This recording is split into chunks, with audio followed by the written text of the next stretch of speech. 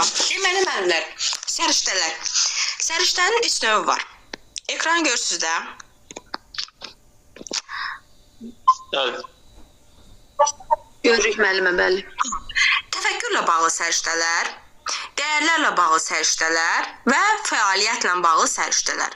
İndi isə gəlin bunlar haqqında ayrı-ayrılıqda məlumat verək. Görək dəyərlərlə bağlı səriştələr nədir, təfəkkürlə nədir, fəaliyyətlə nədir. İlk öncə gəlin təfəkkürlə başlayaq.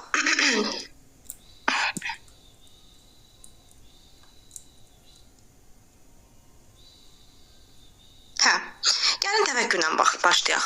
Deməli müəllimlər, təfəkkürlə bağlı, təfəkkür nədir? Təfəkkür bizim beynimizdir, bizim düşündüklərimizdir. Yəni bizim idraki fəaliyyətimizlə bağlı olan səriştədir. Və təfəkkürlə bağlı səriştələrində özünün bir neçə növləri var. Bu yaradıcılıqdır, müstəqil öyrənmədir, tənqidi təfəkkürdür, problem həll etmədir, qərar qəbul etmədir. Bax, bunların hər biri adından göründüyü kimi, misal üçün, yaradıcılıq. Yaradıcılıq bizim təfəkkürümüzlə, beynimizlə bağlıdır da.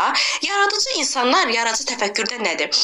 Yəni, biz mövcud, məsələn, hadisələrə qeyri-standart yanaşırıq və yaxud da ki, qeyri-standart yanaşma nümayiş elətdiririk və yaxud da mövcud olan əşyalara fərqli əlavələr edirik, düzəlişlər edirik. Bunu necə deyə bilərəm? Bax, mövcud olan əşyalara əlavələr edirik. Bax, adi bir çamadan. Bu çamadana biz təkər qoşuruq, olur təkərli çamadan və yaxud da ayaqqabı.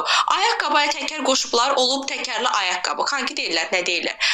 Baxın, bu fərqli yanaşmadır. Yəni, nədir? Yaradıcılıqdır, kreativlikdir. Daha sonra var müstəqil öyrənmə.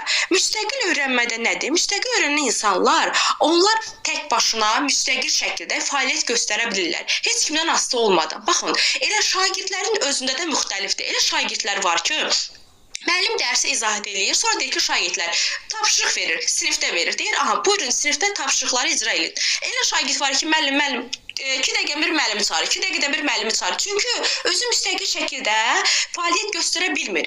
Və yaxud da elə şagird var ki, müəllim tapşırıq verir, müstəqil şəkildə tapşırığı həll edir, gətirir, verir müəllimə. Və yaxud da müəllim ev tapşırığı verir, uşaqlar gedirlər müstəqil şəkildə araşdırma aparırlar və gətirirlər müəllimə tapşırığı təhvil verirlər. Bu müstəqil, bu da bizim düşüncəmizlə, təfəkkürümüzlə bağlı olan bir fəaliyyətdir. Daha sonra nə var müəllimlər? Qərar qəbul etmə. Qərar qəbul etmədə təfəkkürlə bağlı səriştədir. Bu nədir? Baxın, bizim həyatımızda mühüm anlar olur ki, o anlarda qərar qəbul etmə mərhələsində oluruq və bu qərarlar bizi yaxşı yola da, yaxşı istiqamətə də yönləndirə bilər, pis istiqamətə də yönləndirə bilər. Ona görə bu qərar qəbul edəndə çox dərindən, yəni daha dərindən düşünmək, fikirləşmək lazımdır ki, bu qərar bizi sonda hara aparacaq, yekunda biz nə əldə edəcəyik? Bu qərar qəbul etmədir və bu da təfəkkürlə bağlıdır. Təfəkkürlə bağlı səriştəmizlə, bizim beynimizlə, düşüncəmizlə bağlı səriştədir. Sonra var problem həll etmə.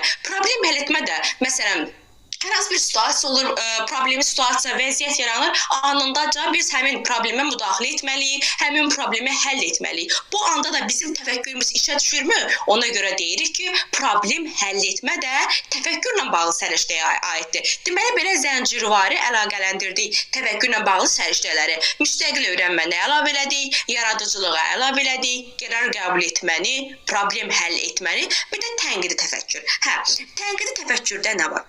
Tənqidi düşünən insanlar müstəqil şəkildə öz fikirlərini ifadə edirlər. Müstəqil şəkildə, məsələn, bəyəndiklərini, bəyənmədiklərini ifadə edə bilirlər. Tənqid eləmək ayrıdır, tənqidi düşünən insan ayrıdır. Tənqidi düşünən insan həm bir hadisənin müsbət tərəfini, həm mənfi tərəfini görə bilər. Amma tənqid edən insan, tənqidi təfəkkürünü belə deyim də, ancaq tənqid tərəfi, mənfi tərəfini görüb, mənfi tərəfindən belə deyim, eləcə deyə danışır deyil. Bax, bir filmə baxırıq, tənqidi təfəkkürlü insanda, tənqidi düşünən insanda, məsələn, bu filmin müsbət tərəfində qiymətləndirə bilər, mənfi tərəfində deyəcək. Amma tənqid edən insan ancaq onun mənfi tərəflərini görəcək. Deyəcək ki, burada bu hissələrdə səhvli yol verdiniz, bu hissədə suyunu çəkilmişdən, bu hissədə səs rejissor yaxşı işləməmişdir, səs yaxşı gəlmirdi. Nəsə bir növ mənfi tərəflərini deyəcək. Ona görə tənqid etməklə tənqidi təfəkkürü də belə ayırd edirik. İrəlidə də tənqid təfəkkürlə bağlı daha dərin, daha geniş izahatını verəcək. Onunla bağlı bizim geniş bir mövzumuz olacaq. Bu oldu bizim təfəkkürlə bağlı səriştəmiz. Sonra gəlirik digər səriştəmizə. Ekrana paylaşımını vereyim. Gözünüzün qarşısında. Aha, məsələn var fəaliyyətlə bağlı səriştələr. Fəaliyyətlə bağlı səriştənin də özünün növləri var. Ünsiyyət var, rəqəmsal savadlığı, əməkdaşlıq, informasiya savadlığı və maliyyə savadlığı. Baxın müəllim, ünsiyyət odur ki, nitq, düzgün danışıq qabiliyyəti. Məsələn, bu bizim fəaliyyətlə bağlı. Biz məsələn danışanda düzgün cümlələrdən, düzgün danışıq etiketlərindən istifadə edəndə bir fəaliyyətdə olmuş oluruq, bir fəaliyyət göstərmiş oluruqmu? Bəli, oluruq. Ona görə deyirik ki, ünsiyyət bizim fəaliyyət səriştəmizə aiddir. Sonra var əməkdaşlıq. Əməkdaşlıq əsasən kollektiv harda gördüsə, kollektivlə düzgün işləməyə bacarır. Sonra kollektivlə çalışır, ortaq məsələn qaydalar qoyurlar. Bir növ əməkdaşlıqda kollektivlə münasibət var. Düzgün münasibət var, doğru münasibət var. Bu da əməkdaşlığa daxildir. Sonra müəllimlər, burada sizin çaşacağınız hissə nədir? Hansı hissədir əsas? Bir informasiya savadlığıdır. Bir də rəqəmsal savadlığıdır. Baxın, bu rəqəmsal savadlığı müəllimlər bizim İKT bacarığımızdır. İKT informasiya kommunikasiya texnologiyaları. Yəni onlardan düzgün istifadə bacarığımızdır. İnformasiya kommunikasiya texnologiyaları hansıdır? Kompüterdir, planşetdir, telefondur. Əgər və oradakı proqramlardan düzgün istifadə. Əgər misal üçün situasiya belədirsə, tutaq ki deyirəm, deyir ki, Zaur kompüterdəki Office proqramlarından və ya PowerPoint proqramından istifadə eləyərək slideshow hazırladı və yaxud da ki, Günay müəllimə Word proqramından istifadə eləyərək orada mətn hazırladı və yaxud da İbrahim müəllim tutaq ki deyim Excel-dən istifadə eləyərək cədvəl hazırladı. Bunlar onun İKT bacarığıdır, yəni rəqəmsal bacarığıdır. Kompüterdən informasiya kommunikasiya texnologiyalarını düzgün istifadə etmə bacarığı bizim rəqəmsal savadlıq bacarığımıza aid edirik. Səriştəmizə daha doğrusu aid edirik. Bir də var informasiya savadlığı. İnformasiya savadlığı isə müəllimlər, baxın bizim xəbərlərdən, gündəlik xəbərlər olsun, qəzet olsun, kitab olsun, aldığımız məlumatlardır. Bura artıq nə kompüter, nə telefon, yəni kommunikasiya texnologiyalara aid etmirik. Adi, məsələn, xəbərlər verirlər gündəlik olaraq. Oradan aldığımız məlumat bizim üçün informasiyadır. Və yaxud da ki, telefondan oxuduğunuz hər hansı bir məlumat sizin üçün informasiyadır. Kitabdan oxuduğunuz məlumat sizin üçün informasiyadır. Qəzetdən oxuduğunuz məlumat sizin üçün informasiyadır. Qonşudan eşitdiyiniz xəbər sizin üçün informasiyadır. Bu sizin informasiya savadlığınızdır. Bu da bizim informasiya savadlığımıza aiddir. Bir də var maliyyə savadlığı. Maliyyə savadlığı da müəllimlər sırf pulla bağlıdır. Pulla bağlı nəsə gördünüzsə götürürük maliyyə savadlığına. Sonra digər növbəti səriştəmizə keçirik. Növbəti səriştəmiz bizim dəyərlərlə bağlı olacaq. Dəyərlərlə bağlı səriştəmizi açırıq. Aha, dəyərlərlə bağlı səriştə. Dəyərlərlə bağlı səriştələrə nə aid olacaq? Milli kimliyin dərki, fəal vətəndaş mövqeyi, şəxsi sosial məsuliyyət, demokratiya insan hüquqlarına hörmət, sonra mədəni müxtəlifliyə hörmət. Milli kimliyin dərki, milli iftixar hissi. Bax, bunlar açar sözləri deyirəm, müəllimlər, qeyd edin. Bəzən müəllimlər milli kimliyin dərkindən fəal vətəndaş mövqeyini qarışdırırlar. Qarışdırmamaqdan ötürü yadınızda saxlayın ki, milli kimliyin dərki, milli iftixar hissi dövlət rəmzlərindən, Azərbaycançılıq ideyalarından ibarət olur. Əgər orada dövlət rəmzləri gördüsə, Azərbaycançılıq ideyaları bir testdə gördüsə, onu götürürsünüz milli kimliyin dərki. Məsələn, bizim kimliyimiz nədir? Şəxsiyyət vəsiqəmizdə. Bizim şəxsiyyət vəsiqəmizdə də bizim məsələn haranın vətəndaşı olduğumuzu göstərir. Azərbaycan vətəndaşı olduğumuzu göstərir də. Həmçində məsələn Azərbaycançılıq dedə məsələn Azərbaycan dövlət rəmzləri də gedirdi onun içərisində. Dövlət rəmzlərimizdə nə aiddir? Bizim məsələn gerbimiz, bayrağımız, himnimiz və digər atributlarımız bizim dövlət rəmzlərimizə aiddir. Ona görə dedik ki, milli kimliyə nələr daxildir? Dövlət rəmzləri, Azərbaycançılıqla bağlı testdə açar sözləri görsəz, bu səriştəyə götürürük. Sonra fəal vətəndaş mövqeyi də əsasən dövlətçilik, bir də yaşadığımız bölgə ilə əlaqəli olur. Məsələn, deyir, yaşadığı bölgə haqqında məlumatlıdır və yaxud da yaşadığı bölgə ilə bağlı bölgəni müdafiə edir, dövlət maraqlarını müdafiə edir. Yəni, kitab cümlələrdən deməyək, belə deyim, Fəal vətəndaş mövqeyində də dövlətçilik, bir də yaşadığı bölgə ilə bağlı nəsə bir cümlə, söz görsəz, götürürük fəal vətəndaş mövqeyinə.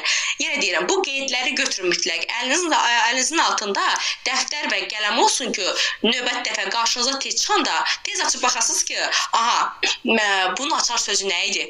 Məsələn, bizdən burada soruşur ki, hansı dəyərlərin hansı növünə aiddir? Aha, milli kimlikdə yoxsa fəal vətəndaş mövqeyi. Əlinizin altında artıq açar sözləri qeyd edəndə onu rahatlıqla tapa biləcəksiniz və növbətdə biz baxmayacaqsınız. Beyninizə yazılacaq. Sonra var şəxsi sosial məsuliyyət. Şəxsi sosial məsuliyyət, səsdə demişdim onu izahda. Bizim davranışımızla, əsasən davranışla bağlı nəsə görsəz, götürün şəxsi sosial məsuliyyətə. Niyə?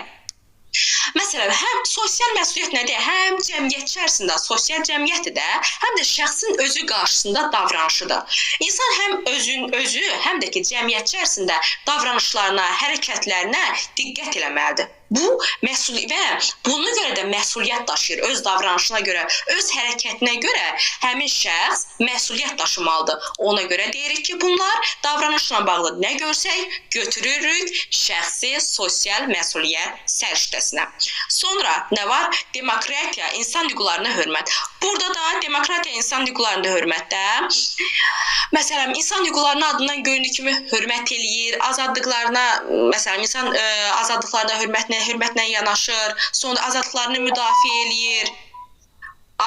Müdafiə eləyir. Bu da demokratiya və insan hüquqlarına aiddir.